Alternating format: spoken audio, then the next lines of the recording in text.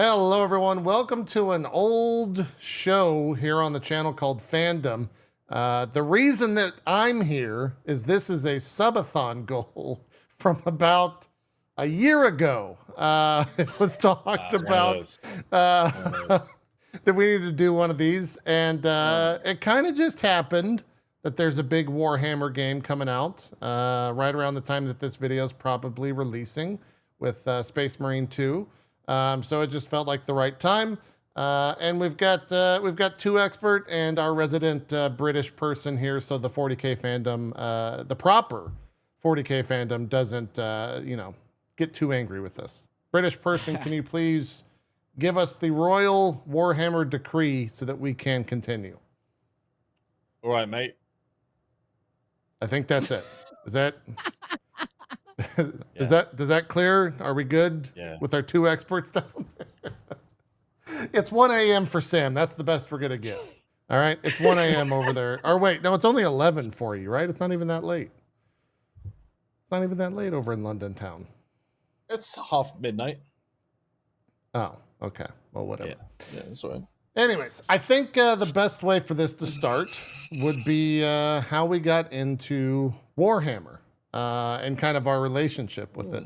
I'll start and give you guys kind of a framework. For me, I got into Warhammer, particularly for the tabletop aspect, when we did a show called Dark Heresy with Total Biscuit, which was like maybe a decade ago at this point. It's been a hot minute since we did that show. And I remember when we started that, he was like, yeah, so you got to know like all the information about it. And we were playing with people that were very well versed in it and control, Stephen Lumpkin, and I think DJ Weed. And DJ Weed and I were not necessarily versed at all in 40K.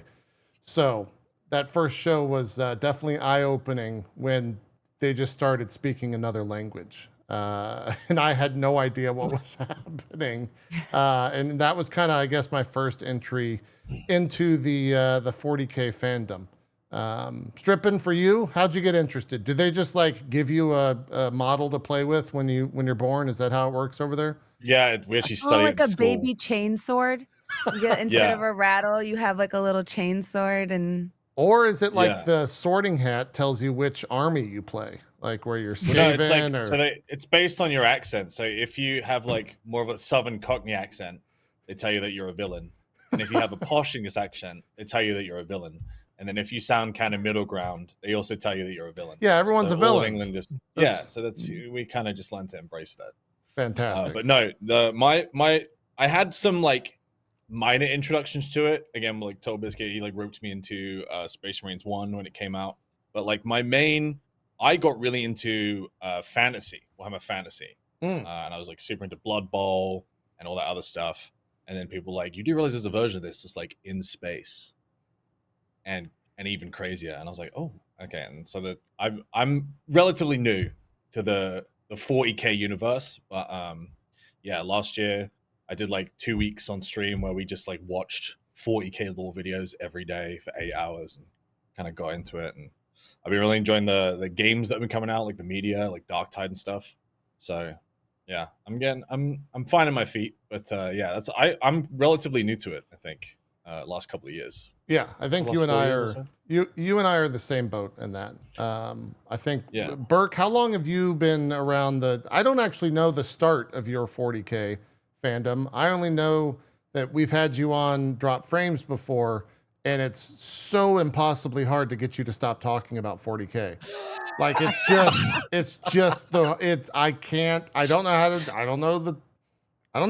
don't know how to make it stop. I'll go into Burke's stream randomly. I'll just click to see what's going on. And he's like either yelling about minis or like new ones arrived. He's always just talking about it. That's how it goes, I think, with 40K fans. It seems the hobby, I think, is what the fandom calls it. 80s, 80s, 1980s. My dad came home one day, put a board game down, and was like, "We're gonna play this," and it was called Space Hulk. And it was, the game is basically gene stealers, Tyranids, versus Space Marines who were Terminators at the time. And you put the puzzle pieces together to make the Space Hulk, which are like a bunch of ships clamored together in this big, massive, like almost like an asteroid M kind of thing, where it's just all clamored together and clunked, and it's like it's been floating through space for millions of years, or not millions, but thousands of years, and so like gene stealers live on it.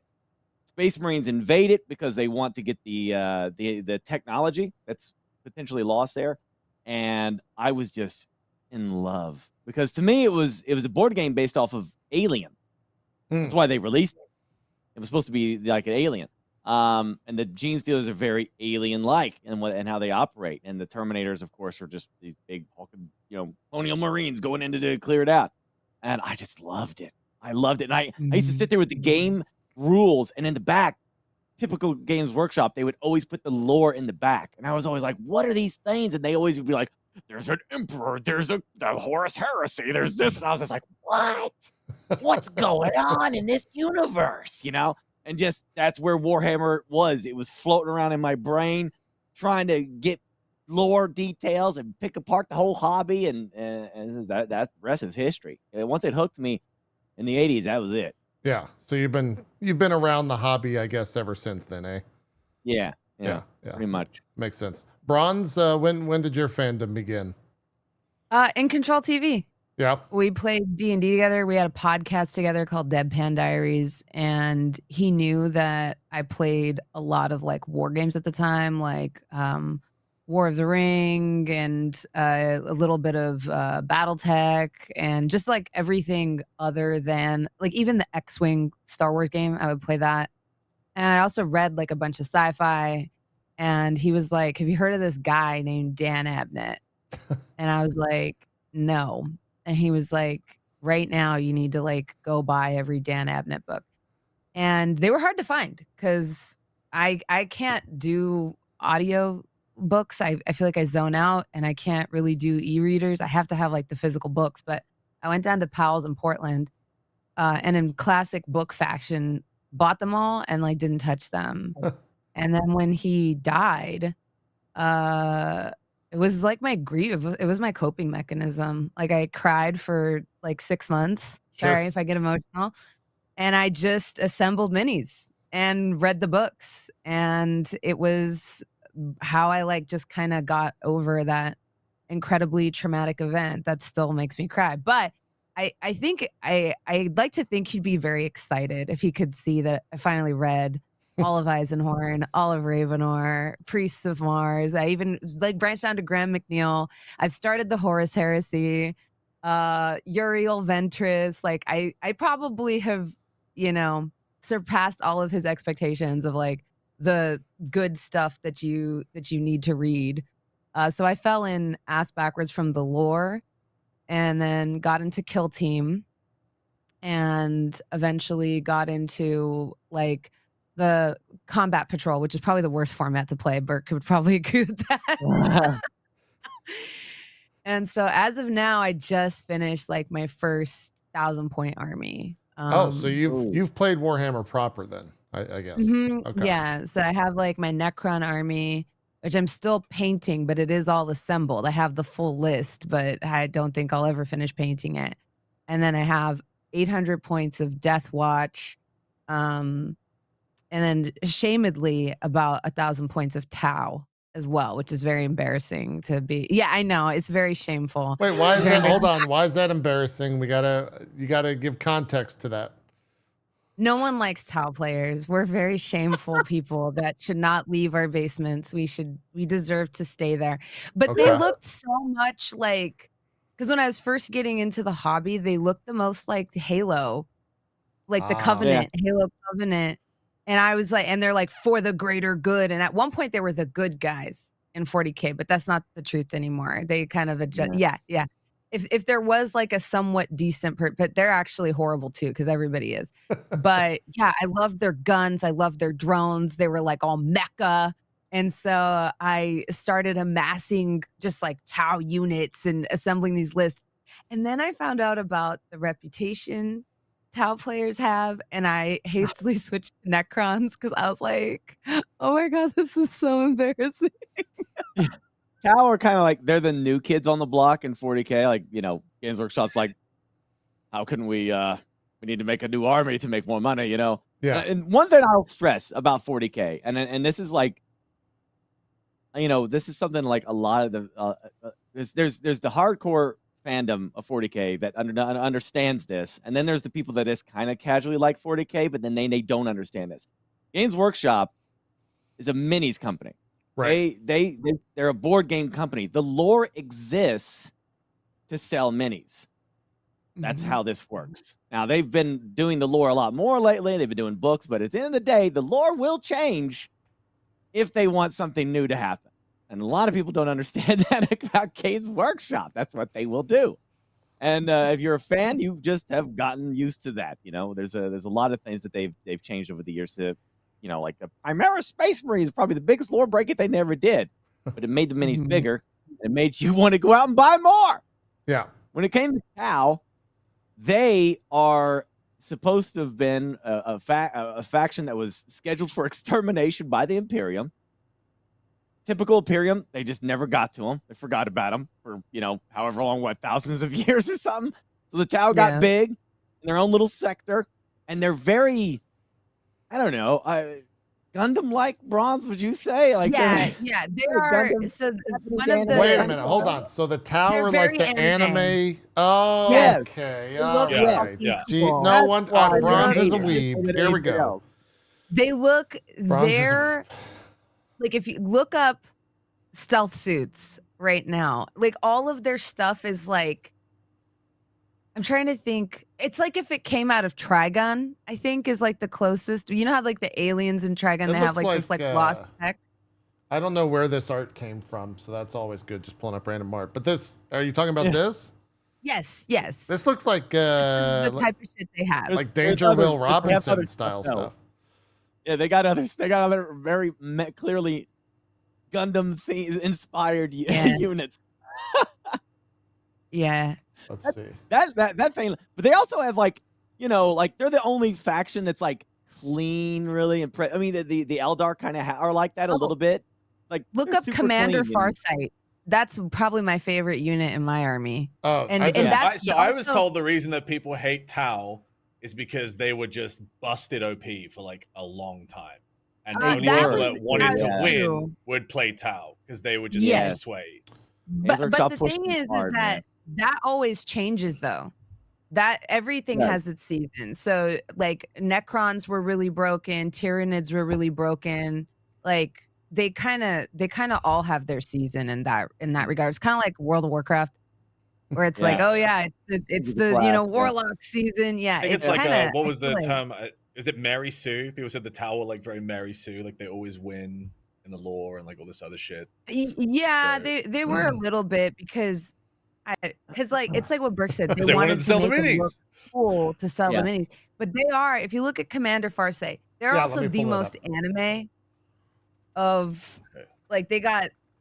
Just imagine a huge mech with a katana. It's People just felt that they didn't fit the theme of Warhammer. Like they just looked too anime for people, and it was I kind of like. mean, that's pretty weeby. yeah. Yeah, And but when you look also- at Yeah, but it's the also other cool. 40K factions. It's what also other pretty factions cool though. like that. Yeah. Yeah. So that's what drew me to it. Yeah, I mean, I think they've slowly come around to accepting them, but just accept that they're just a Xenos that needs to be purged and just hasn't gotten to them yet. The funny story about the Tau is that they think they are the most advanced, and they are quite literally the center of the universe. I love their lore in this respect. Like they think Yeah. that they are the shit, and that they had the first encounter they ever had with the Imperium. They think they killed the Emperor. They killed a single Space Marine leader. I don't remember who it was, but like they killed a small division of Imperial Guardsmen, a Space Marine, and one of their leaders. And they thought that was the Emperor, and they just conquered the Imperium. And it's like they're all cheering, like we beat them. Yeah, look at it, we're so great. And then like one of their like I don't know tech guys came up to their general and was like, so we got their map. Can I show you the map that they have? And he's like, yeah, let's see it. And he's like, opens the map, and it's like the Imperium takes up the entire galaxy. And he's like, he's like, oh my God, don't tell anyone this. Tell them that we Yeah, just don't they conquered them. believe that the only reason that they haven't conquered the galaxy is they don't have warp travel. Yeah. They just They're stick to the actually ship. kind of primitive. They cannot traverse the warp at all. And But there's so they there's can't not even. nearly as They many of could never keep up with the Imperium of Man. No. They don't have, what is it called? Is it like the Geller field trap? They don't have Geller. Their ships don't have Geller fields, so they cannot traverse the warp.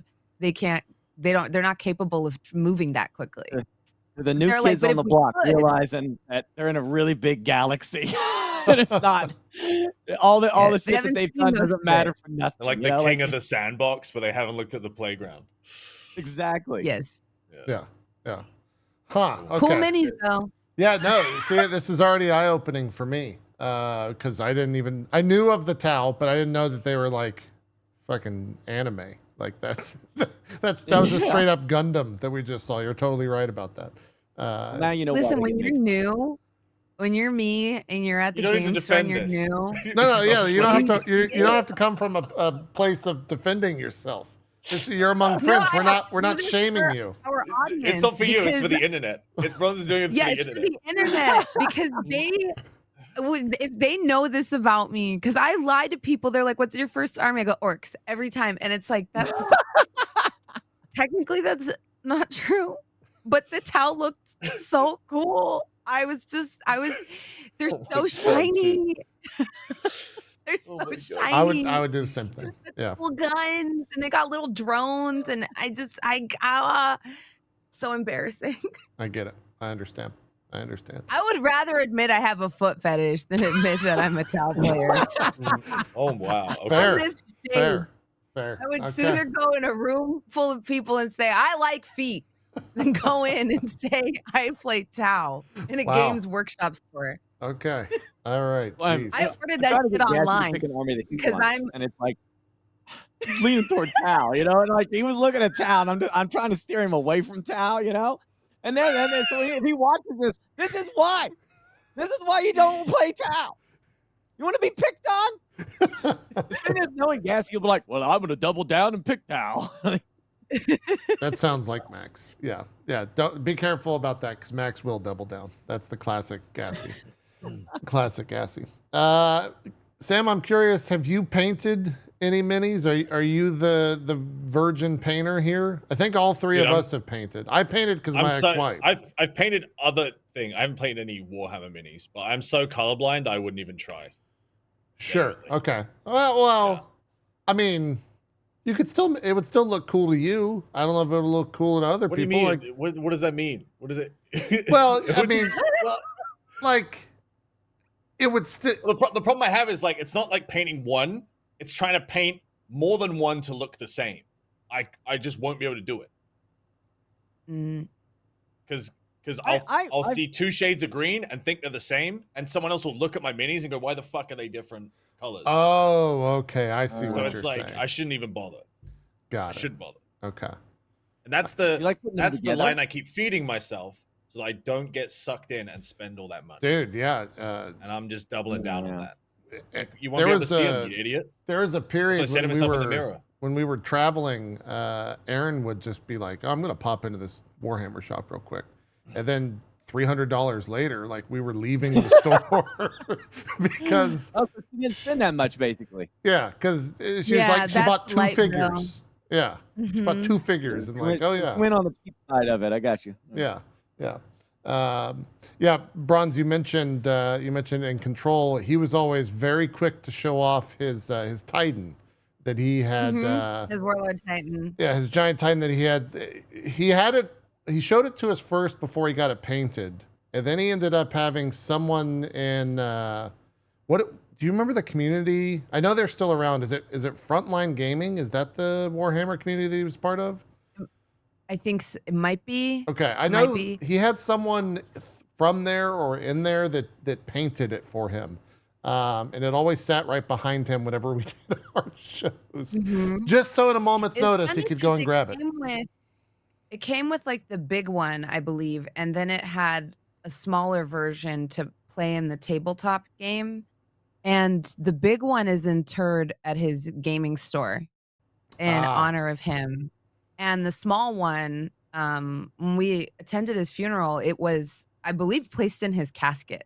That sounds right. That sounds Yeah. I accurate. know it was.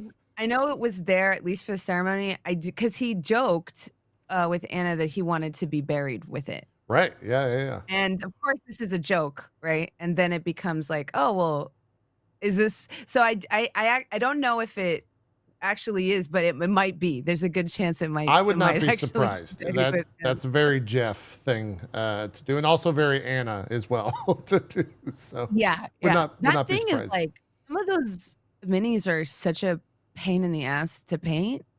Yeah. It would take you Well, you don't want to mess it forever. up, right? Like there's the fandom of 40K is so meticulous when it comes to painting of all of their things, right? Like you want to get it right. Well, You that's want to the be it hobby, as right? perfect. That's the Hobbit. Yeah. Yeah. That's my biggest problems of trying to get the color right for my Tyranids, and 6 months later, I still haven't completed my damn army. Yeah. So how do you go about doing that then, Burke? Are you going to have someone do it for you, or do you just No. is I that I also completed it. heresy? Do you not is having other people paint your own minis looked down upon? No. Not really. Okay. Not really. Like I could do it. The problem is like, and I have this guy. He's Ray Gun, and he does oils. Wait and a he does all minute. His this name's crazy- Ray he Gun? does it professionally. Yeah. His name is Ray Gun. No, yeah, I see what you're saying. I'm sorry for that person's name. Or he doesn't do breakdancing. Okay. All right. He paints minis professionally. And he sent me some of his models and and stuff like that. And it's like, man, I looked at him like these are like perfection. It's perfection. They look real, like a snapshot in the 40K universe. And I thought, if I go with him, I have to forever go with him. I can Sure. never buy a mini and do it myself because I will never get close to that man's quality. Never. So I That's just true. said, at the end of the day, That's true. I'm just going to paint them myself because at least they'll be consistently bad or at least tolerably good enough. They'll be moderately good enough, and I will have more ownership of them because they'll be mine. And won't, I'll be able to say, these are my Tyranids. These are not Ray Gun's Tyranids. These are mine, even though he's amazing. And maybe if I ever get a Primarch, I'm sending it to him.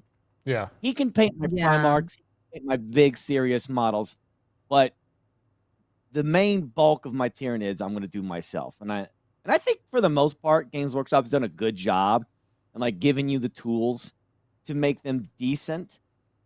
Maybe not parade level, but decent. Like I could put them on the table and be like, I'm pretty proud of that. That doesn't look too bad. Throw some contrast paints on them.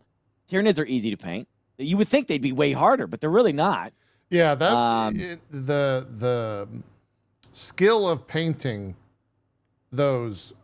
When I did my first one, I was very worried about like messing it up, right? Yeah. And Aaron essentially was like, "Well, you kind of can't mess it up because you put these washes on it that will make most things look good regardless."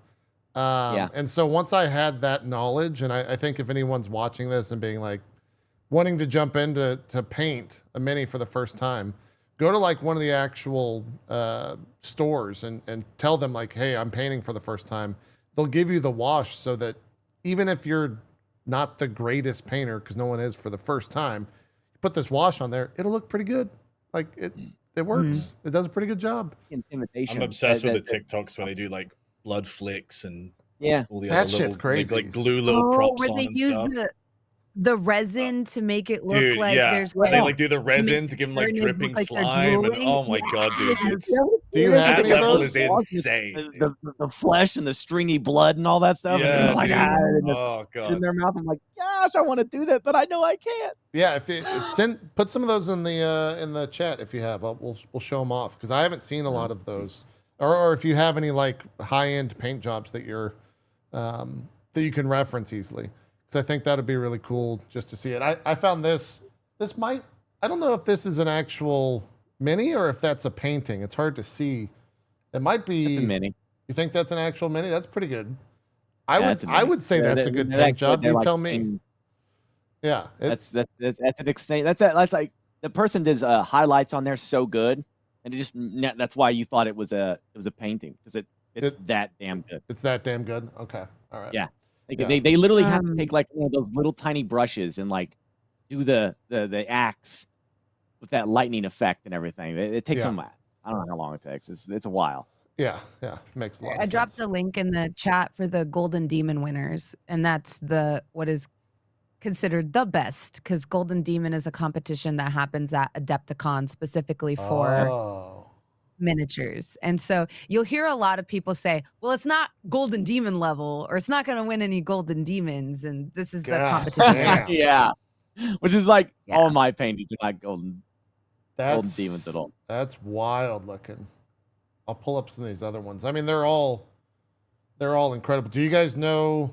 This is from Neil Hollis, I think, is the painter for this. What unit is that? Can you guys, Burke, are you able to see that unit, or Bronze, are you able to see that unit and say what I it don't is? play Eldari, but it looks like it's from that army. Yeah. Oh, So the space elves. oh, that's Warhammer. That's Age of Sigmar, right? Oh, that's Sigmar. Okay, gotcha. I think it is. Oh, I know very little about Sigmar. I did just buy my first Sigmar box of Spearhead, so but it's Gloomspite Git, so yeah. But it looks like the I space don't elves. mess with any of that. Let's see. This is definitely got to be 40K. Here's This is yeah, from visit. Kwan Ho Kim. This is the Bronze place finisher in the Golden Demon that Bronze linked. Yeah, Look at that the detail is, just on the sword blade, dude. It's like It's pretty oh, wild. God. Yeah, is that like a golden Black Templar? maybe. I'm not sure. So there's different categories. That's the single miniature winner, and the Bronze place finisher won the unit or kill team category, and that was this, which, holy crap, that's pretty There's another impressive. aspect of this hobby. Look at that I should flag. tell you about too. Yeah. That flag is like insane. It's Have so you heard well of done. kit bashing before? What is that? Tell me about that. All right, that's a whole nother can of worms. So basically, Warhammer fans go out and they buy a bunch of boxes, like say like Terminators or like a tank or something like that, right? Uh-huh. And then what they do is that they combine them into new models. Oh, and make their own something thing? completely different. Yeah, they make their own thing out of their, and 3D printing has gone crazy with this kind of stuff. Sure. But the idea being mostly they kit bash something together from parts from other boxes to make their own unique thing, and then they paint that, and it's a wild process. Yeah. Oh, that. Wait, who is that? This is That's a demon, isn't it? it is it just okay. They don't state what it is. It's from an artist named Julian Charbonneau Gravel. Charbonneau Gravel. Charbonneau Gravel. French. Whatever that guy just said. Whatever that Englishman. Good job, Englishman. You're welcome. Well done. Yeah, that's incredible. I mean, it's what do you guys figure something like this takes in terms of time? Well, that's Oh hours. god. Yeah. That's a long That's time. days.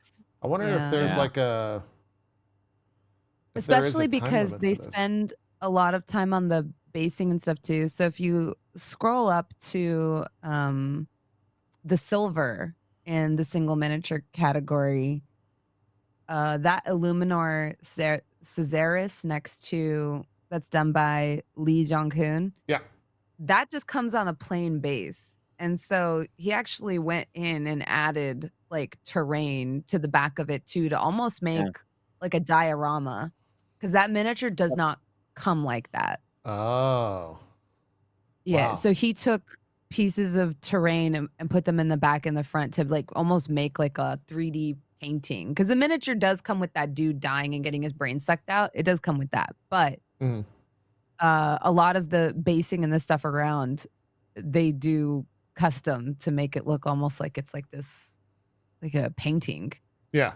I mean, look at the blade, how it glows at the top, like the edges. That's basically that blade is it's like a 3D projection or something like that, if I remember correctly. Necrons, it's not an actual blade. It's like a a hologram or something, right? That's like super raised or sharp or something. I don't know. Some nerd Warhammer stuff, magic. Yeah, Sure. Yeah, that all makes like a lightsaber. Think of it like a lightsaber. Like Okay. it's projecting from there. It's not actually there. You know, it's like a hologramish kind of thing that he uses to stab. I think. I don't know. Necrons are a weak point for me. They're also relevant. They're new, but not they're newish. You know, like they've been around for a long time now, but They're they're getting like a lot of love in new stuff, I feel like. yeah, they've been focused on them. The Necrons are like, you know, when Warhammer came out, the vast majority of the races were pretty much established, and the Necrons were like one of the newest ones. And the lore is they're waking up. They've always been there, sleeping and on planets, and now they're waking up. And they're not only are they're new to Warhammer, but technically they're the oldest race of Warhammer in the terms of factions. Yeah. Yeah, So they have coming back. these like tomb worlds that people will accidentally land on or colonize, and then they find out that deep in the core there's like a bunch of sleeping Necrons, and then they'll slowly come online. And they're fucking weird because they killed their own gods. Right. Yeah, that's the Also lore. awesome, by the way. Yeah. Imagine killing your own yeah. gods and like And they you know, they can't. entomb them. Yeah, and they're really hard to kill. They just kind of keep coming back. And that mechanically works in the game too. Like Yeah. if you get destroyed, you roll a die and you determine whether actually no, I don't die, and you just get to keep playing. Yeah. Yeah, crazy. they're pretty wild. They're pretty fucking cool. Strippin, for you, what is your, I guess, race of choice within the 40K the 40K fandom? The 40K. I know you're mostly from the video game side of things, and I think I would probably put myself in that as well. But do you have like a certain affinity to a certain aspect of 40K? Dude, this is gonna sound stereotypical, but I do really like the orcs. I was gonna say, I thought that might be where you went. They're great though. They are amazing. But I probably spent most of my time looking into like the Custodes. Yeah. Oh yeah. Just because of the lore aspect of all of they that. sucked me in. Yeah. By being super cool. So you would say the orc stuff is in terms that's what you've played the most of in the video game aspect?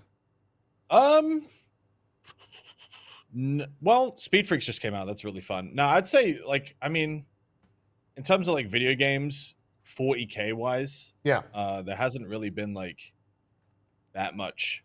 There's Bolt Gun, but there's not much really Space Marine stuff. I really like Darktide and the Imperium shit. You gotta check out Chaos Gate, because I have a feeling you'll Chaos love Gate's actually how I got into deep diving all of it, because I was asked to play Chaos Gate. Is that the XCOM? Yeah, it's like the XCOM Grey Knights style game, and I was like, this game looks amazing, but I wish I knew more about them, the Grey Knights, before I played the game. So I was like, we're gonna do like a lore week. And then I got sucked in. I started looking at all the other chapters. I started looking at just all the other factions. And then it just like, I never even played the game. I spent 2 weeks looking at the lore and just forgot about the game. So like fast forward to now, I still haven't played Chaos Gate because I just got like sucked into all the other lore of 40K and I forgot about the game. Isn't that Warhammer? Like at the end of the day, isn't that what Warhammer is? Yeah, I guess so. You ever heard that people say something that's like it's the span of like a video game is the span of an ocean, but the depth of a puddle. You know, like people trying to explain like how deep a game goes. Like Warhammer lore is the span of an ocean and the depth of the abyss. You know, like everything. They've done such a good job in making sure, you know, like when you look at Game of Thrones and you have all these characters and you're like, man, I'm curious about the Hound's backstory, and they set all that up, and Joffrey and Jon Snow, and it's like they do that for every faction, and then every sub-faction, and then every character has all that level of detail. And it just keeps going and going and going. I'm like, man, there's so much to understand. And there's so much media for everyone. Yeah, there's so many books and stuff. So like I would be watching like a Grey Knights video, whatever, and then it would like lead me into, you know, Space Wolves, and then that would lead me into like Liam and Russ, and then that would lead me into like cool stories about this guy who would mention another guy, and then there's cool stories about this guy, and then like suddenly you don't even know what time period you're in. You're just like reading like cool stories about these fictional characters, and then you just like lost your place, and then you forgot that the game you I were don't going to play know. even exists. The people watching this, I don't know how many of them are like, I know what 40K is, and it's fun to watch this, and or how many people are going and like, I've heard of the Space Marine 2 game, and I'm curious about what 40K is, and and they're watching this. I don't know. That's why I'll try to say, like, if you're curious, Strippin likes the orcs. The orcs, for the most part, are comedy relief in 40K. They're the meant to be protagonists. more How dare lighthearted. you? Firstly. They're meant to be more fun. Like if you think everyone's a little too serious in 40K, that's fair. There's a lot of serious characters in 40K. The orcs, they just want to fight. And I've argued with Chad about this because like they're like, who are the good guys? And like there are no good guys in 40K. There's no good. Everybody is awful. But there's different degrees of awful. When it comes to the orcs, they are the purest in what they're trying to do. They just want to have a fight. They're not here to convert you to chaos. They're not going to do weird things to you like Slanesh would. they're not here to They're not going to make you into a couch. Yeah, they don't necessarily want to genocide an entire people because they kind of want you to come back and fight them again. They just want a good fight, and if you give them a good fight, there's been times in lore where they're like, "Hey, mate, that was pretty good. Why don't you go off and come back with another army and give us another scrap?" Like they're crazy. They're homicidal. They will torture you. They will rip your teeth out. They will rip your arms off. And they will not spare the women and children. They're still awful. But they are the purest in what they are after. Yeah. And that's it. And they're goofy. They're goofy. Well, they think everything is They're stupid and really been- funny. They are really funny. I think I love them because I think people get so intimidated by Warhammer and 40K. And I'm sure we're going to have comments under this video too. They're like, I've always been curious. I'm so intimidated. And then so pointing people towards orcs is always good because it's like, guys, it's not that serious. This hobby is so stupid, And I say that with love. It's got so much stupid, crazy shit in it. But I think also the difference between 40K and like D&D is there's so many different ways to engage with this hobby. So I know people that just paint. They've never played a game of the tabletop. They only have an interest in painting and collecting the miniatures. I know people that only play. They have no interest in painting. They pay someone else to paint their miniatures because they just want to play. Yeah. I know people that don't touch the tabletop. They just like the lore. They just like watching the amazing Astartes videos on YouTube and just doing that. And then I know people that just play the video games. And there's like so many different ways to engage with the hobby. And I feel like we're all welcome in 40K. Like if you tell somebody, oh, I don't really play the game, I just read the books. They might be like, oh shit, I actually don't know anything about the lore. And they're usually like excited to hear what you have to say about their army because they just thought the miniatures looked cool. So there's like a lot of different ways to get into it. Unlike D&D, it's like you need to learn the rules and you need to play. Yeah. Well, I mean, it could This is like, if you don't have people to play with, you Yeah. could just play the video games. It could be very intimidating. That's a great way to put it. I was always, I was around comic shops, right? And like the section of the comic shop that was carved out for the 40K nerds, I like steered clear, right? Like that was that was the one area where I was just like, I'm not gonna go over there. They're too nerdy. That's too much nerding. That's too much. I'm gonna stick over here with like this is the anime section, this is the the Marvel section, the DC section, sports cards. That's all good. That over there, nah, it's too much. But I will say, every single time I had my ex-wife would go to a shop, they were unbelievably welcoming in terms of just saying, hey, here's how you get started. This is a great, box to get painted. And if you want to play, you can come back. We do blah, blah, blah games on whatever. So like, it is, I think, a lot easier now than it was, 5 years ago or 10 years ago. That's just because like the hobby in general, since it is a little bit D&D adjacent, it's just blown up. And Yeah. given everything else, games and if the TV shows that are coming up, if those blow up, it's only going to get bigger, right? Like the hobby's only going to explode further. Strippin, what were you going to say? I was gonna say I feel like D&D kind of hit the mainstream wave like 10 years ago, maybe a little bit less than that, and I feel like people were like, well, what else don't we know about? And I feel like in the last like 4 years or so, like 40K has hit that like mainstream wave, and I think a lot of people have like come in off that with like games and media and stuff, so it's cool. Yeah, well, for a while there, like we would always joke, we being like my Chad and I would always joke that they just gave the IP out to anyone that wanted to make a game for it. Yeah, and they did. They were trying to get its name out. I feel like, weren't they? Yeah, and because of that, you got a lot of like not so great titles out there. It really wasn't, I think, till Space Marine came around. That was kind of like the first true test of the 40K IP in a video game format, and that was that 11 years? Was that 2013? I think when that came out, it was a while. It's been a hot minute. It didn't do well. Yeah, it did not do well. Yeah, which is like Which is I'm sad. surprised we're getting Space Marine 2, but I feel like Space Marine 2 is going to overshadow Space Marine 1 by leaps and bounds. The press for this game, I think it's going to be a is Witcher off 3 the chart. situation. yeah. Because Well, because I played Witcher 1 and Witcher 2, and I felt like it was like a weird fringe game that people didn't really know about. And so when Witcher 3 like exploded the way it did, I was gobsmacked. I was like, is this game popular now? You guys know who Geralt is? And they're like, yes, Bronze, we know who Geralt is. Because I had spent 5 years playing these fucking games and nobody had fucking played. They were good, especially the second one. But like nobody had played those fucking games, I feel like. Yeah. And so when Witcher 3 was like just leaps and bounds ahead, if that happens with Space Marine 2, I'm going to just fucking lose my shit because Space Marine 1 is a good game. Yeah, I played it for the first time about a month ago. About this. It was great. Yeah, it holds up. It's fucking great. I played it for the first time recently and was just like, this is amazing. This is like your classic, fun action game. Like it's like the flagship, one of the flagship, I would say, like, if you want to remember what Xbox 360 gaming was like. Yeah. This is, it's like hard to describe that as a genre, but there was like a very special type of game that was like Xbox.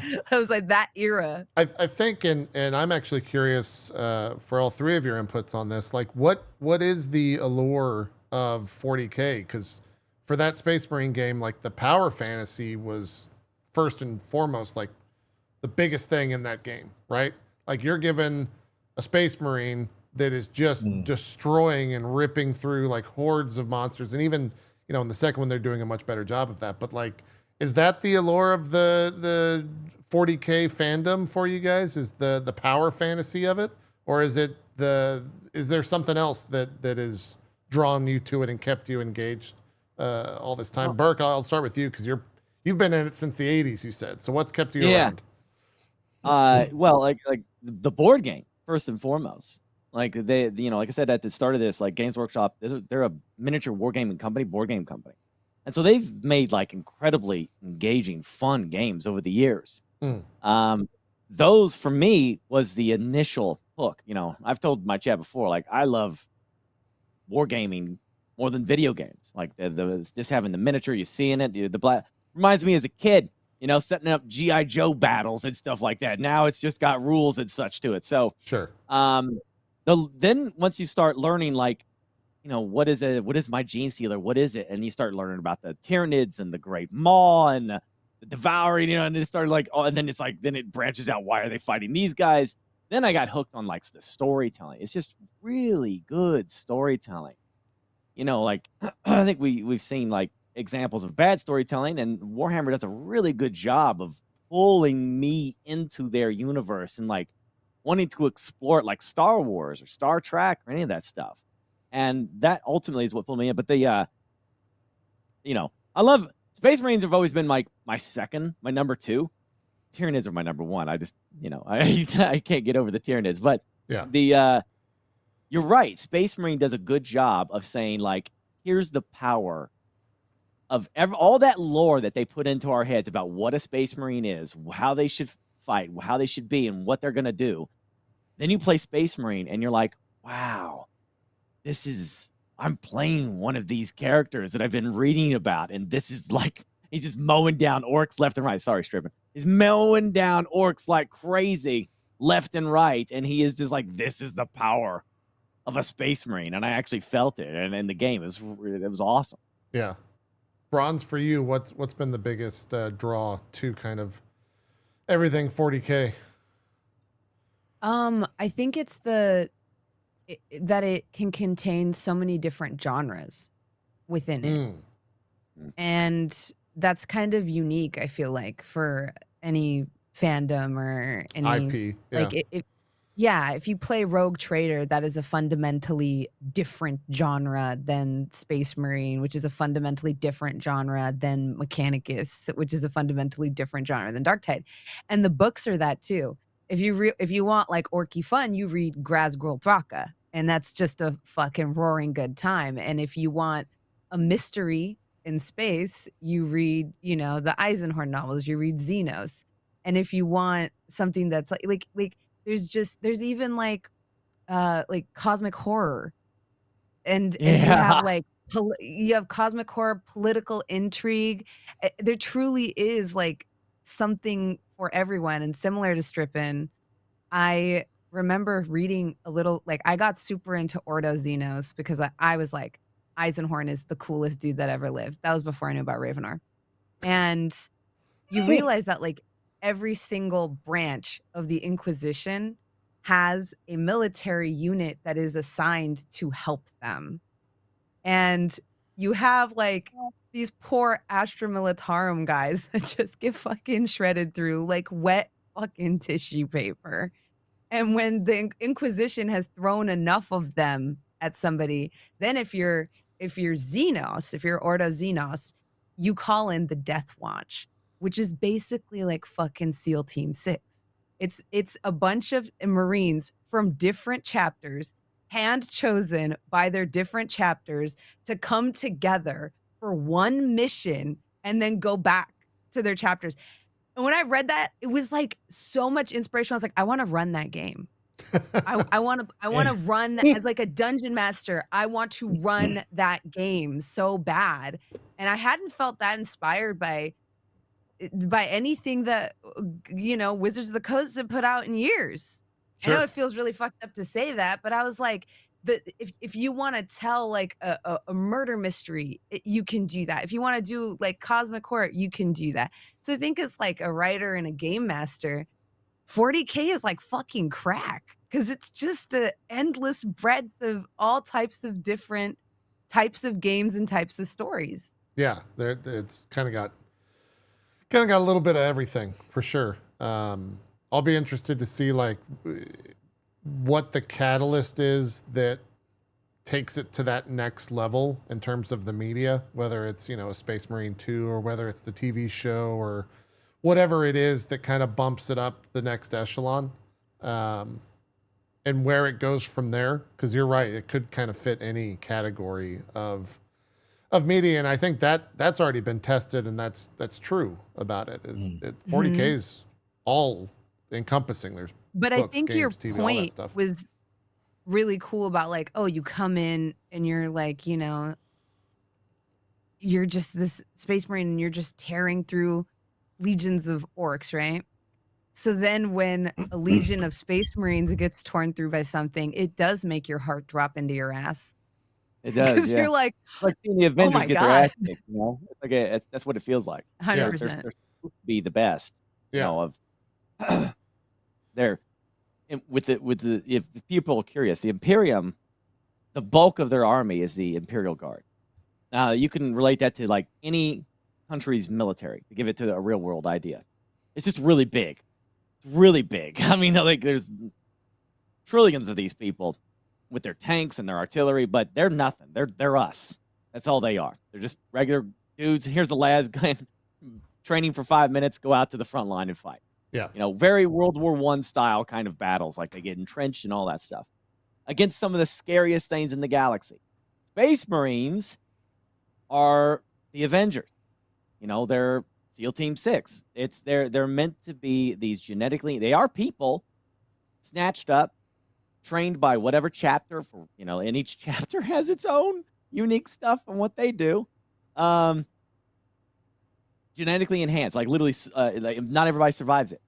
So they put you on a table, they give you extra organs, they inject all these hormones and stuff to you, the Emperor's grand plan, and then you get a gene seed added to you of whoever your chapter Primarch was. And you're supposed to, it's kind of like, imagine if Superman was able to inject into you his, it sounds so weird to call it that way, his gene seed into you. His DNA. Yeah, Yeah, just go with DNA, DNA. yeah. Just go with DNA. DNA. Burke. Just DNA. Yeah. No, it's a Like- gene seed, okay? But you like, he becomes Games kinda like Workshop your said genetic gene father. seed. It can't be anything else. The gene seed.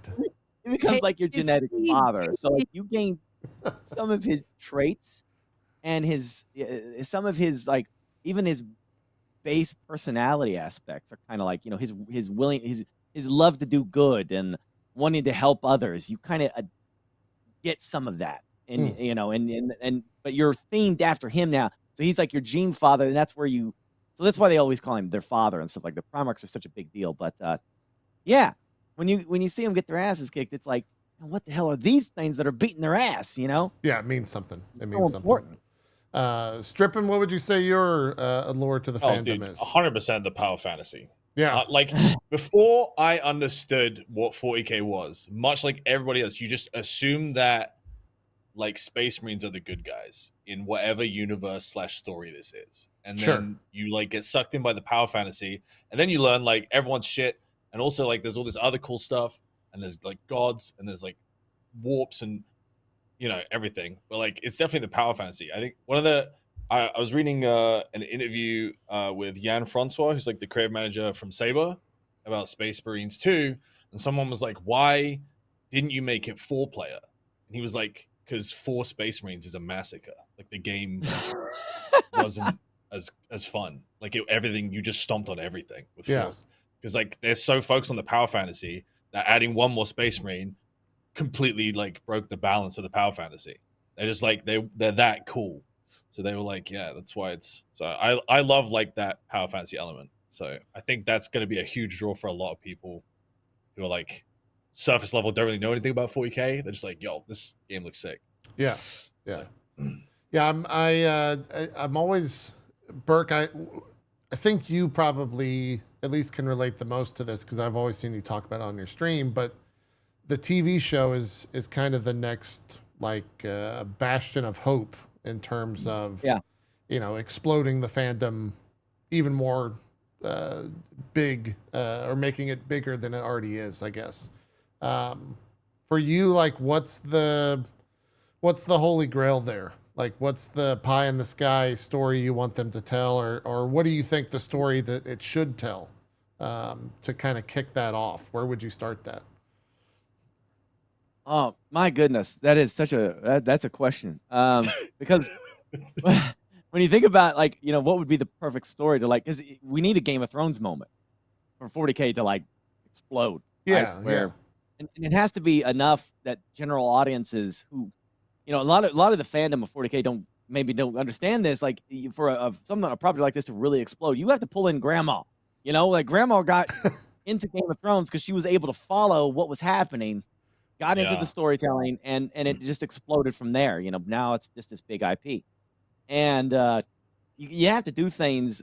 You can't just go straight into like some heavy stuff and expect, you know, build something for 40k fandom, but elaborate on it. And I've always told him like 40k as a live action is going to be really hard to do. You saw those suits in Fallout. It's obviously a man in a big clunky suit, and he's walking around doing the best that he can. He did pretty decent. Space Marines don't walk around like that.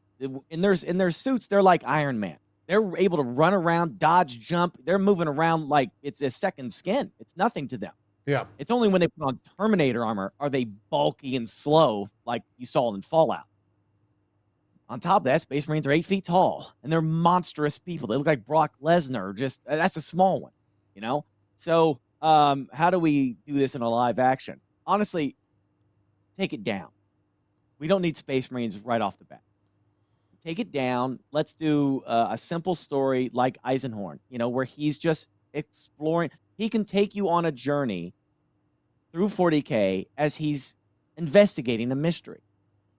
And you're just getting lore drop. Don't dump out all of it on him at once. Just set the stage, 40K, some light backstory, and then you're just following an Inquisitor on his journey of exploration.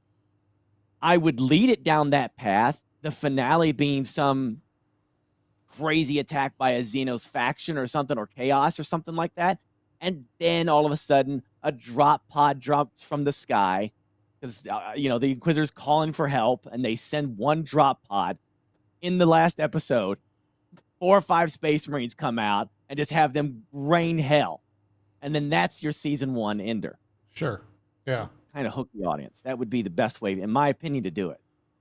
It makes a lot of sense to start small and actually explain the universe rather than just here's some Don't go Space big. Marines. Yeah. Yeah. Because you could, once you do that, where do you go from there, right? Like you got to introduce, I guess, Exactly. the similar sized or similar power throughout the other factions and blah blah blah. Yeah. No, I think that makes a lot of sense. Do you could do a chaos cult. Maybe they summon in a chaos something crazy, Yeah. Don't do Tyranids. Don't do Necrons. Don't do the real big, scary Xenos of the universe. Just do something that could be like Darktide did a decent job, where it's like you're fighting cultists. This time it doesn't. I think you're right. I think it runs the risk of coming off as like too much or campy. I always was in love with the idea of like a Band of Brothers style Gaunt's Ghosts story because that was one of my favorite books where it is Astra Militarum. Like, because they are so close to us, except they have las rifles instead of fancy rifles. Yeah. And so I think you could get people invested in the emotional part of it, but like, same deal. Maybe, that season ends with something they can't take care of. Them and their Lehman Russ tank can't take care of this. So now they call in and we see like a tech priest. That would be my dream moment in a movie or show is like a Magos, like a tech Magos with like all these freaking dendrites and I would just, I would love that. But I also feel like, yeah, that's you can't start people. Can't start there. Yeah. With like AdMech shit, because they'd be like, what the fuck is this? Yeah. Yeah. Dude, my friends here are so naive, dude. It's going to be 300 million budget. They're going to start with the Horus Heresy. They're going to fuck it up. And it's going to get canceled after a season. But it would have done enough to get a bunch of people hooked on 40K and figure out why that sucked. And then people will get into the lore that way. Starting with the Horus through a Heresy disaster is of an Amazon show. crazy. That's a crazy. Why would that be crazy? Yeah. Explain why that's crazy. Is it just because it's like too Because that's too the much? Game of Thrones moment. That is the Game This of Thrones like- moment. Yeah, this is like, where we get into the part of like, what is 40K? Like the question. Yeah. Because like, the Horus Heresy is such a big part of it. Needless to say, just a very rough breakdown. Sure. 40K is a universe that our timeline now happened in 40K. Okay, and it just kept going. Eventually, humanity ascends to the stars, and we are awesome. We are we're like the Federation, The golden the best age. there ever was, right?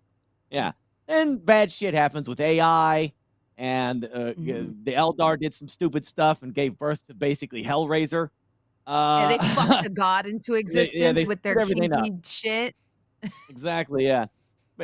And the warp, which if just to give it a rough rate, the warp is a reality that exists parallel to ours.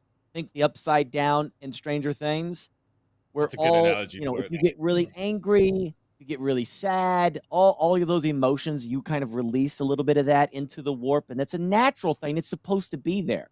It's part of the natural environment. But when people do too much, when there's like a galactic war, a lot of that pain and suffering goes into the warp, and it destabilizes it, and it gives birth to weird shit. The things that, like, your rage manifests into some weird bleh thing that just gave it life because it doesn't know where to go. Yeah. So anyway, that's what happened. Warp got messed up because of Eldar doing stupid stuff, and humanity got into war with the AI. So we went from the Golden Age to Mad Max days. We regretted all the way back to Mad Max time. And that's when this guy shows up in golden armor who's had enough of the bullshit and basically called the Emperor, and he conquers all of humanity and decides, I'm going to make these ultra super space marines. And He's this we're 10-foot tall Primarchs that I super got. genious with psychic powers, Yeah. JP. No, yeah, Exactly. I know all about the Yes. Emperor bullshit. Yeah.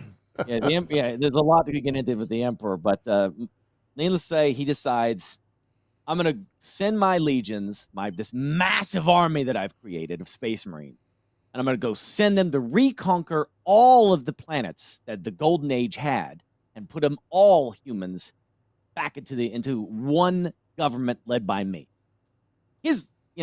People debate about this all the time because he's very cruel. Sometimes if you don't agree, he will kill your entire planet to every last man, woman, and child. His point of view is that what does that lady say in Game of Thrones? The night is dark and full of terrors.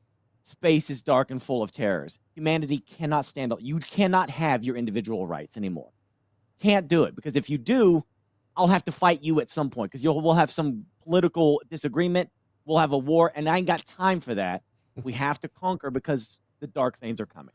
So, needless to say, remember this was going to be short. The Great Crusade happened, which is conquering old human outposts. Long story short, half the Space Marines got corrupted by chaos, Right. which are the beings that I told you are in the warp. They were born in the warp. They corrupted half of them. There was a galactic civil war. Half the Imperium, right? Yeah, versus half the Imperium. That's the Horus Heresy. It is like the American Civil War, North versus South. This was a cataclysmic, massive war that split the Imperium in half, and they were the kings of the galaxy at that point. If this didn't happen, the Imperium probably would have won and conquered the entire galaxy of everybody. But because they got split in half went to chaos, and the other half has been fighting that shit for 10,000 years, which is why we're at 40K. And that's the big deal of the Horus Heresy. It is a massive. Now, things have gotten worse. Yeah, I don't know how you tell that story. Waking up, and the Tyranids are invading the galaxy now, and they're still fighting those. They're still fighting the South, or whatever you want to call it. If you imagine the American Civil War is still going. Yeah. These guys are still fighting their chaos brothers. I also I don't know how you get people on board with like an immortal man on a throne. Like off rip.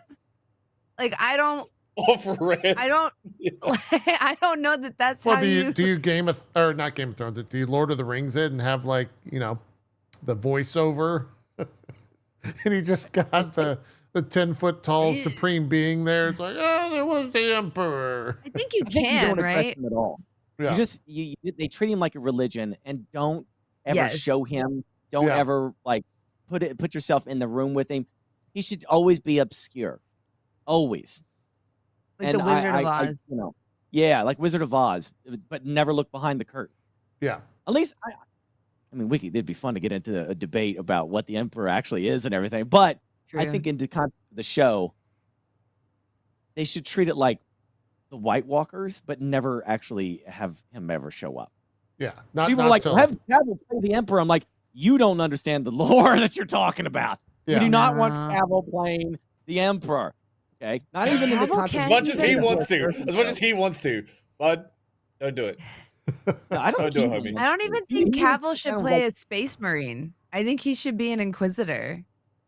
I think he should be an Inquisitor He could be a Space Marine, but I think he would be a great Inquisitor. In an interview, he talked about like, what character do I want to play? Because if I play an Inquisitor, well, then I can't play a Primarch. And I'm like, Primarch? What Primarch are you wanting to play? What's going on? Oh, and you're gonna love this, JP. There's a Primarch named Robute Gilliman. Oh, I know. Oh, I've heard all the that might be a good segue there. Bronze is just I think everyone has that like one favorite factoid about Warhammer that's just like bullshit. That's just crazy. Strippin, I think I actually got mine. I gleaned mine from watching your stream once upon a time when you were Okay. in your like 2-month or 2-week 40K lore extravaganza. Yep. And it's a basic one. It's one everyone knows, but it's the idea that orcs get all of their like magic through the power of belief. Yep. Like if they Imagination. believe something enough that like that they like will it into existence. Essentially, is that the crux of it? There's some really funny stories about that too. Some really stupid stories. Yeah, that are Wow. from the different books and stuff like that. Different lore. There's a story about a bunch of guys fighting orcs and they run out of ammo, and so they start making noises as if they have ammo, and so then the orcs believe they have ammo, and so they do have ammo, and so the orcs get shot. Like Nice. it's like, and like it's just stupid shit. Like they believe painting something red makes it go faster, and because they believe that when they paint something red, it actually goes faster. Yeah. It's just like, yeah, that's why I like orcs. They're just so goofy, dude. It's so stupid. Yeah, it's so great. goofy. Yeah. Yeah, there's like stories that they'll drop one of their guns and somebody else will pick up the gun and it's just like a stick. It's a stick because Yeah. they thought that piece of metal was a gun, so it became a gun. But when they weren't holding it anymore, it's just a piece of scrap metal. And like their ships don't have like, they just believe they can breathe in space, so they just ride ships with like open windows, no roof, like whatever, because no one's ever told them they can't breathe in space. It's just all this like this stupid shit, dude. They're fun. the kings of manifestation. They really are. There's a guy that did a kit bash. He took a Land Raider from the Imperium, Okay. and he segmented it. Right, it was like cut up like a cake, but each one was being held. Piece was being held by an orc. He put the little orcs in there to hold it, and then he puts it together, and he's like, "It's a Land Raider, bro." He's like, "Wait, are those orcs holding just metal?" Yeah, but they think it's a Land Raider, so it operates like a Land Raider. And the people were like, "You know what, bro? Fine, Sure. you got a Land Raider." Yeah, that's great. I mean, that right there could be, talking about other mediums. Speed Freaks, I think, is maybe, I guess, the best orc adjacent game that's out there, right? Like they were in Vermintide's not, that's fantasy, but are they in any Darktide at all? Is there any like orc? No. The Dark Tide takes place in a There's also the Hive City, right? It would be weird for orcs to be there. Oh, okay. It's like orcs showing up in a Hive City would be like the entire city's been invaded. The entire planet has been invaded, and they're having a serious problem. So they're going to be sending some Space Marines to deal with this. Dark Tide is a game that focuses on just like, imagine like New York, right? And then the sewers, some weird shit's going on in the sewers. And so the police send a special unit down into the sewers to see what's going on. Yeah. And when they get there, oh my gosh, it's chaos and there's cultists and all this weird, Cthulhu level shit going on.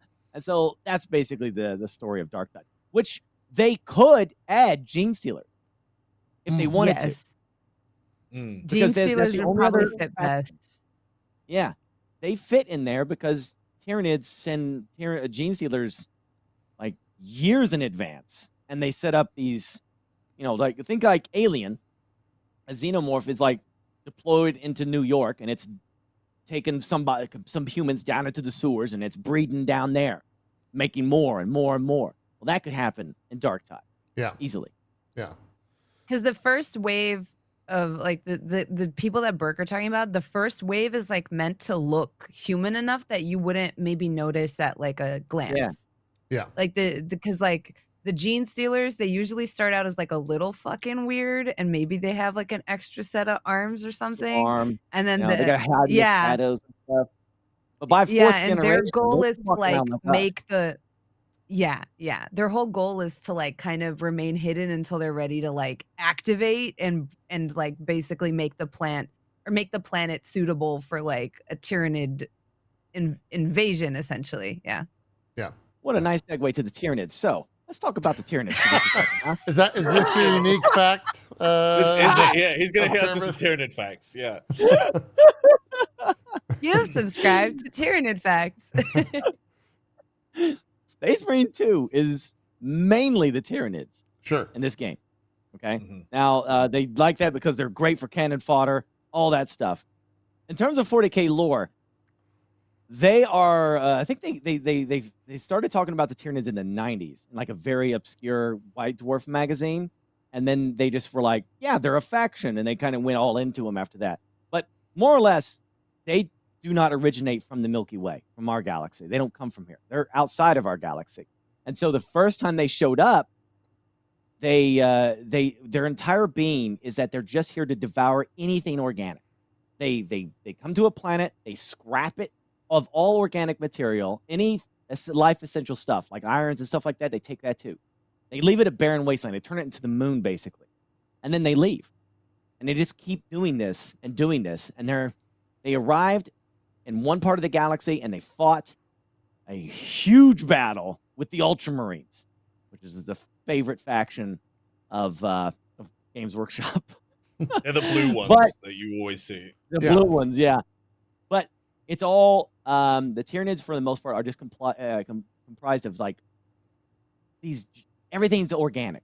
No metal guns. No of any. The best way to give people examples is the Zerg from StarCraft. But here's the difference: the Zerg were obviously themed after the Tyranids. The Tyranids were the first. Just so we're all clear. The Zerg are different in the sense like their Cerebites and all that stuff have personalities and they converse with each other and they can rebel and stuff like that. They have the Overmind, but kind of, sort of, he talks to, he's a conversation piece, right? Tyranids don't do that. They're like old school Borg back when Picard first met the Borg and there was no queen. It was just, we are the collective. We're going to conquer you. Yeah, That's single Tyranids. hive mind. They are just a single hive mind. They don't chat with you. They don't hang out for parties. They just come in and they destroy. They're new coming into the galaxy. And the original idea was, oh, we just defeated them when they fought us at the Space Marine homeworld. We defeated them. Oh, no. What you fought was a spear tip. That was their scouting party. And it was literally trillions of units, JP. Trillions. So we're talking about a race that has more numbers than can be counted potentially because they're only the tip of them are seen at one invasion, and now they're finding 4 or 5 more all across the galaxy. And so it's looking like the Tyranids are coming in from all sides, and it's like in 40K lore, everyone's scared shitless of this because they don't know how to stop. How do you stop this? What do you do? Sure. And that's one of the stories of Space Marine 2, that when you're seeing a world being invaded by the Tyranids. So the vast majority of their units are basic ass things that can just be easily slaughtered. You see in the trailer him fight one of the Tyranid primes, like one of the main warrior units of them. And there's got a lot more crazy shit that the Tyranids have that Space Marines themselves cannot handle. They're gonna need help for. Yeah. That's your interesting love- fact. He just went with a race. Yeah, he just gushed about He Tyranids. just gushed about a race. I like it. I love it. I just like organic races like that. I just think they're the most alien. Like 40K. rapid mutation style. Yeah, they're the weirdest alien. I think it's because I've always loved the Xenomorph from the Alien franchise, Sure. and I just was always enthralled by that. It's the perfect killing machine organism. I'd be a mad scientist in an alternate life, I'm sure, somewhere, making stuff. But Fair enough. I just always like monstrous units. I always loved them. Fair enough. Teeth and claws. Strippin, what's your special favorite fact? My favorite fact. I said some cool orc facts, didn't I? Yeah, but it just some that you're super into that you think is like, if you're pitching 40K to someone that has no interest in it, that you're just like, check this shit out, and then you tell them about whatever, right? Okay. I really like the Adeptus Custodes. They're like not Space Marines. They're way better. If like a Space Marine is the value of 100 humans, a Custodes is the value of 100 Space Marines.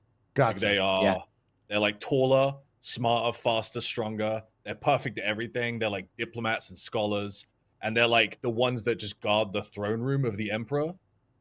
and they're like so fucking dialed in that they'll stand unblinking for up to 100 years, like on their post guarding the emperor.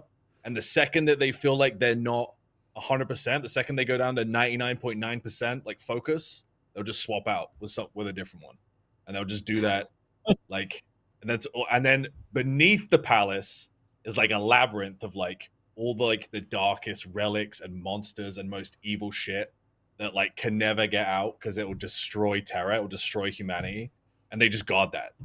That's all they do. They just fucking, and they're like these monstrous, like 10-foot tall, like made in the image of the emperor, like so perfect that he would like converse with them and they would advise him. And all they do is just guard like the darkest, most fucked up things, like without moving. Just like that's like their whole thing. It's crazy. Yeah. For the Space Marines, they get the gene seed from Primarch. Custodians, their gene father is the Emperor. Oh, okay. Yeah. They're like perfect, but they're so hard to make. There's only 10,000. Yeah.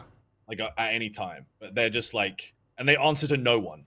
They don't answer to like Space Marines. They're one of the only best the Emperor. armies to field because you only have to paint like 10 guys. You paint like 10 units, and the other guy's got like 50. Because they're and just me like and Burke are sitting soldiers. there for 8 months painting our fucking armies, and the Custodies player has like, this took me a day. Yeah. My favorite fact about them is none of them have ever been corrupted by chaos. They're like incorruptible. Oh, so that they're the perfect. They're so loyal to the Emperor that like there is not room in their head for like any thoughts of treason or anything. Yeah.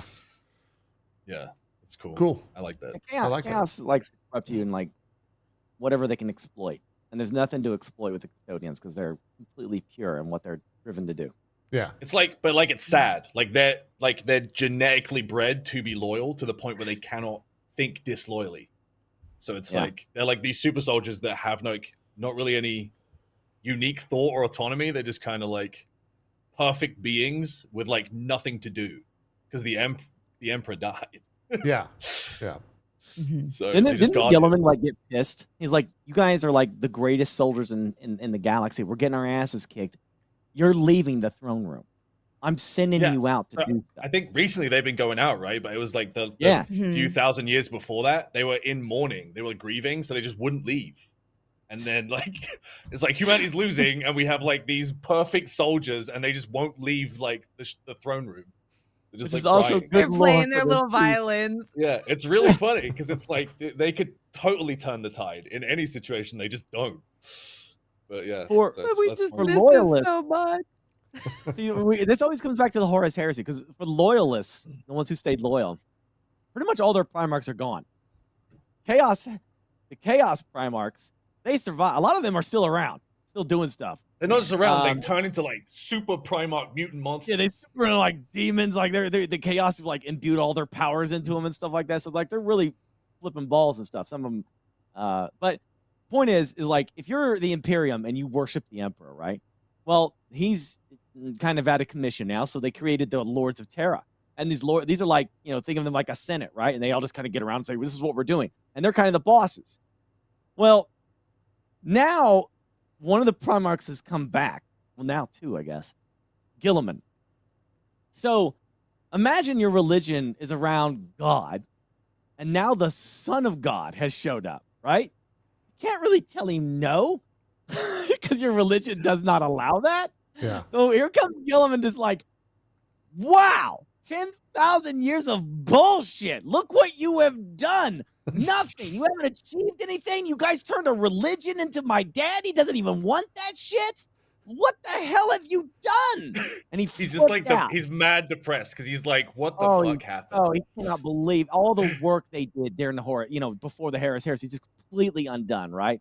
And he's just so beside him. So he flips out because he's like, got the best soldiers and the Custodians, and they're not doing nothing. Wake you're going out. You're going out. And they're like, oh, okay, all right, I guess we're going out. And he's like, and the Lords of Terra, they don't like him because he's taking over, and that's their freaking job, right? They're supposed to be the bosses, not this guy. But then they're like, hey, you son of God, we love you, man. Yeah, what do you want to do? No, like they can't really do shit. It's fun. I love seeing all this weird shit happen. Bronze, you got your factoid or just your favorite thing that you love, God. yapping about?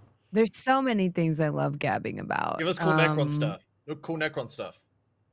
Cool Necron stuff. Yeah. Okay, so I guess this is like, okay, so you know how I was talking about like how they have like Necron tomb worlds that are essentially like places where the Necrons have been sleeping forever and ever and ever, and then when these worlds start to activate.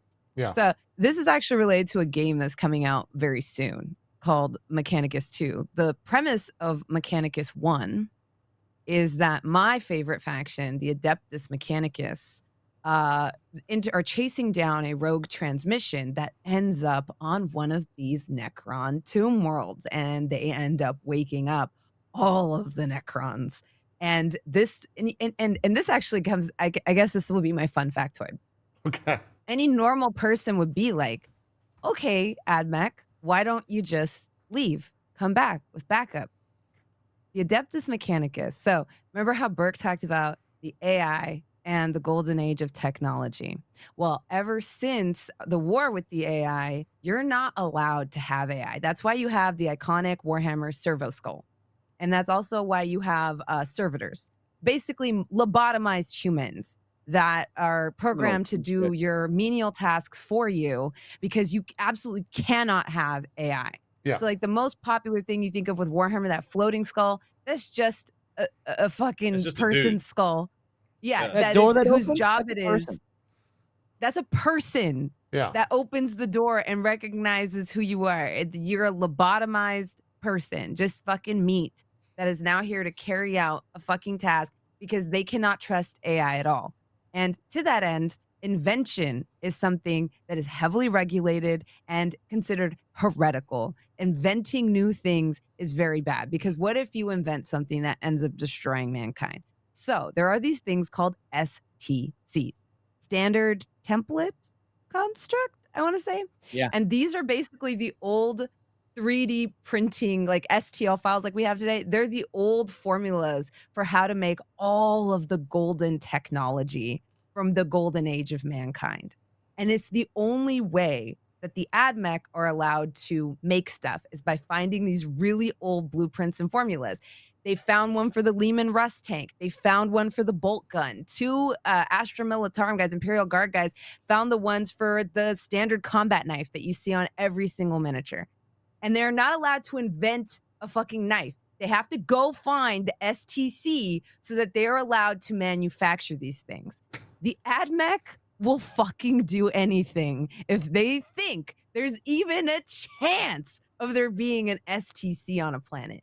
At one point, they actually set off an Imperium bomb that caused the planet to fall into a warp storm because they found out there was an STC on it.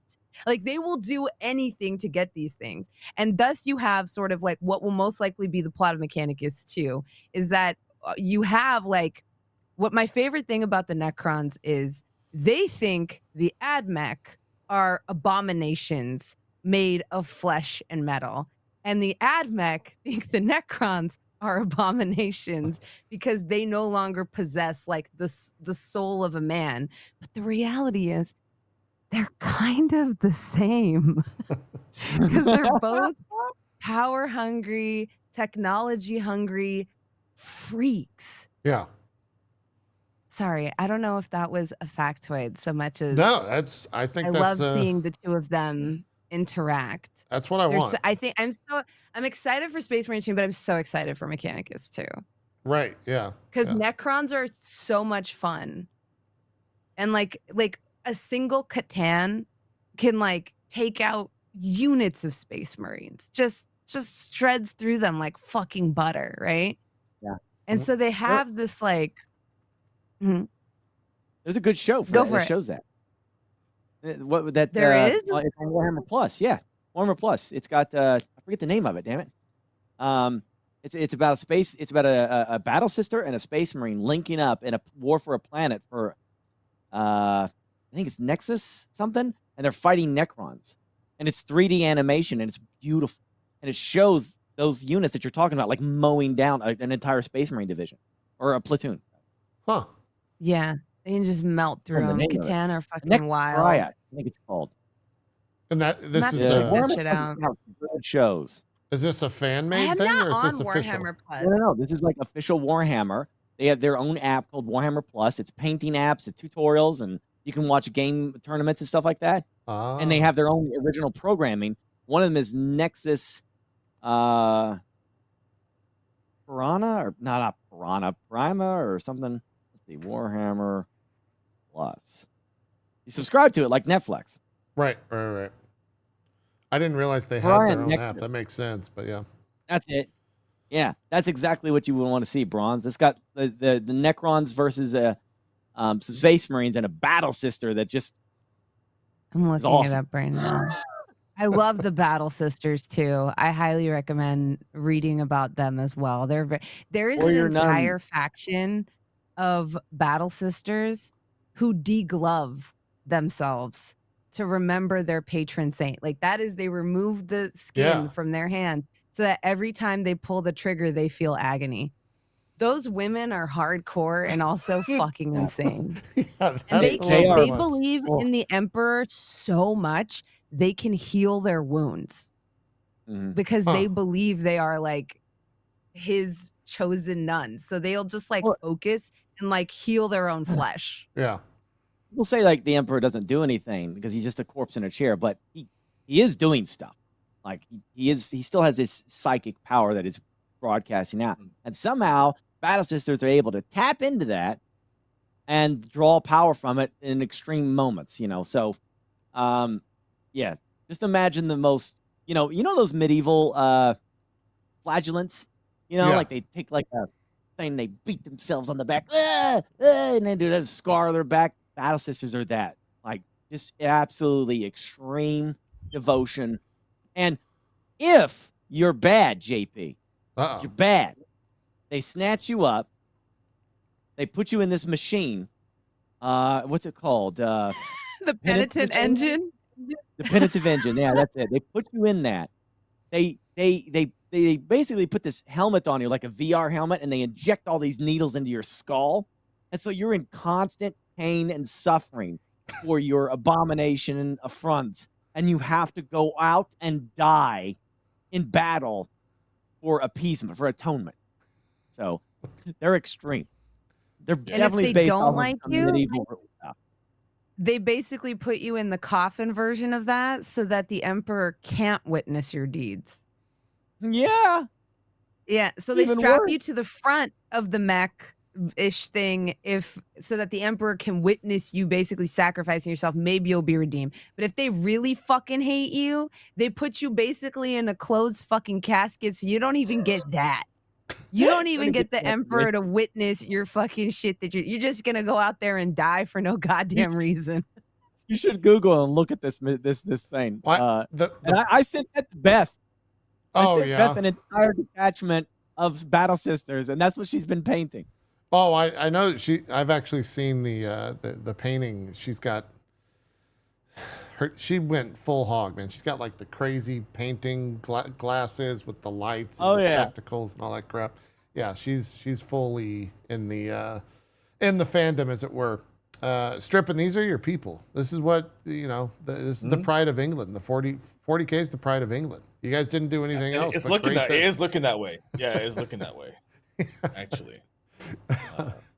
Yeah. I mean, 40K is like one of the only things where I don't understand how, like, the sheer scale of it, right? Like, one city is like billions and billions of people. Yeah. Like, the palace is the size of a small nation, but somehow everyone in that fucking universe speaks some dialect of English. I'm okay with it.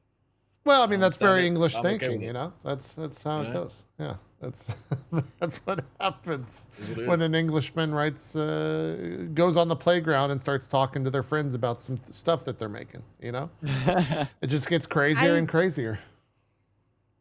Well, actually, they speak Gothic. But anyways. That's it, everybody. Thanks for coming out to Fandom. We've reached. We're past Fandom and we're into just hardcore nerd shit. Thanks, Bronze, for taking Fucking us. fucking towel player over here, dude, coming at me. It's Oh crazy. my god! No, don't look at me. Give me the penitent engine. I don't want to live anymore. Oh man, we'll do some shout outs here to wrap everything up. Strippin, what's the next and special shout out section? Because you guys have all been on shows that I've done. Your shout outs have to be Warhammer related. So I think for a lot of you, it's going to be Space Marine 2 stuff. But what do you got coming up, or what are your plans for your next Warhammer 40K endeavor? Strippin, we'll start with you so you can take the easy one. Wait, when is this airing? This will probably come out, I'm thinking the first week of September. So appropriate time to promote the Space Marine 2 playthrough, which is what I think you're referencing. I don't know if you can talk about any other stuff that may or may not be embargoed. Yeah, so. No, I can't. Yeah, I'll be playing Space Marines too. Yeah, I love Space Marines. I've recently been playing Darktide again with Bronze, and the new update is cool. So probably doing some more of that too. You can find me every day from 2 Eastern at twitch.tv/Strippin. Fantastic. Burke, Tiny Burke man, sitting on his pirate throne. Do some shout outs. What do you got coming up Warhammer related? Well, Space Marine 2, obviously. Yeah. I think we're going to, me, Cream, and Gassy are going to no-life Space Marine 2 for sure. Getting into like all the multiplayer aspects, and I'm going all in on a theme for that. Other than that, miniature board gaming streams for that as well for 40K, and Total War Warhammer 3, more stuff of that. I'm sure I'll be doing a lot of that too. Fantastic. Bronze, what's up next for you? Are you going to save this? I'm giving you your shot here to not be a towel nerd. Okay, I'm going to try my best to not be a town nerd. I will also be playing Space Marine 2 as well as the Rogue Trader update. By the time this drops, I will hopefully finally be done with the project I've been talking about for almost like 6 months, a show called Warhammered. And it's like Drunk History meets the Black Library. I basically get toasted and debate other people on who's the hottest of the Primarchs, as well as talk about different lore in a way that's like accessible to people. I'll probably reach out to the wonderful people on this podcast to come, gush with me over how hot Rebude Gilliman is. That's it. Oh, I also paint minis on the Penny Arcade channel as well as on my channel. But I am not winning any golden demons anytime soon. And I don't pay my Tau on that stream because I am a respectful Tau player that hides my filthy fetish. I only paint respectable armies on my stream. So fair enough. Fair enough. What can you at least say what color the Tau? Like, you got a color scheme going on here for your Tau units, or? Yes. So my army is called Bright Tashvar Sword, BTS. Okay. And they are I painted them. Do you have in the photos of these Turbodork somewhere colors. I can pull up or no? For sure. I don't have them handy, but like they're basically in a purple blue duochrome shift. And they're metallic, and they're BTS for short, Bright Tashvar Sword. They're good boys. Fantastic. Like I said, I would never subject the public to these perverse creatures. Okay. I only subject Jerry, our good friend Jerry Holkins from Penny Arcade, to my perversions. That makes sense. That's a good. He's good for that. He's good for that. Fantastic. Well, hey, that's going to be a Fandom Warhammer 40K show. Thank you to to all of you, Bronze, Burke, and Strippin, for joining us. This was a blast. You almost didn't thank Strippin. Admit it. Dude, I'm hanging out. Well, here's the thing. You two are the professionals, all right? JP was like, I have a fourth seat, come on the show, okay? Like, I said, look, we need street cred, so we have to have an Englishman on the show. You'd have an English guy. And he said, okay. And then he said, I'm not that much of an expert. And I said, that's fine. Bronze and Burke can be the experts. Yeah. And you're British, and I'll be the the person that doesn't know that much about Warhammer. It worked out. It was great. It's fantastic. But yes, I almost forgot Strippin, Bronze. It's fine. You don't have to call me out on that. Start doing lore videos, JP. It'll only take we do 2 hours every day, and by the end of the year, we'll have at least a beginning before the Horus Heresy. Did you know that I have ammunition from my subathon. I guess that was last year. I had because I think everyone here did sub notifications for that. Bronze, I don't know if you did or not. Maybe Bronze is the one here that did not. But Burke, you did one. Strippin did one, and Ann did one, and Ann did random facts from Warhammer. And so I just have like 4 or 5 messages of her in Ann tone, the tone of ammunition, reading random facts about 40K. And I couldn't tell you what they are. I know the way that the Strippin can realize this because once you hear a subathon message enough, you don't know what is being said. You just know the tone and the rhythm of said message. So I have no idea what she's saying in them. I just know that they're there. But maybe that's what it is, Bronze, for the next. Maybe you fill Ann's role and you just give me some 40K factoids. Might be good. I'm down. I think we should all make a pact to like finish armies and play sometime. Yeah. Okay. Are you footing the bill for that? No, but I think if we do 1 mini a week, by the year 2026, we should have a fieldable army. I'm sure I'm gonna Games do. Workshop. I'm gonna do custodies so that I am done. Yeah, Sam's gonna be done next week, and guess what? You don't need to paint them green. They're all gold, I just baby. paint them gold. I just paint them gold. Boom. Oh my god, I've solved You're it. done. Wait, they're all gold? You can get. They're just Yes, covered you in can get fucking- Retributor They're like armor 10 in a foot tall. rattle They're just can. covered in gold and all the weapons are gold and all their stuff is gold. But you got to highlight and you got to bring out the shine. Where would the light come down on top of them? That's all important too No, now. fuck all that. I'm colorblind, not light blind. One freaking rattle can, spray them all, throw some fucking null oil on there. You're done. Boom. Fantastic. All right, look, we're going to wrap this up. Otherwise, these goobers are going to talk forever. So thank everyone so much for watching. Make sure to go and check out all their stuff. And I don't know what the send-off. We'll see you next time on whatever it is we do, if we do another one of these Fandoms. But yeah, it was a pleasure. Thank you so much. Have a great rest of your day/night. And we'll see you on whatever we do next. Have a good one. Bye-bye.